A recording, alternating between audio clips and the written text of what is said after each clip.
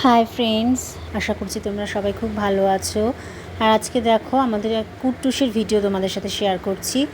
কুট্টুসকে আমরা পেয়েছিলাম হঠাৎ করে, ওর মা মুখে করে নিতে নিতে গাছ থেকে ফেলে দিয়েছিল।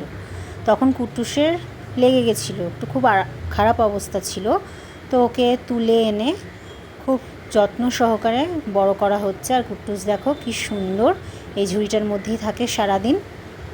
দেখো কি সুন্দর লাফি লাফি বেড়ায়, ওকে দুধ খাওয়ানো হয়, কলা খাওয়ানো হয়, দেখেছো? দেখো দেখো বুঝতে পারছে যে ওর উপরে আমরা ক্যামেরা ধরেছি।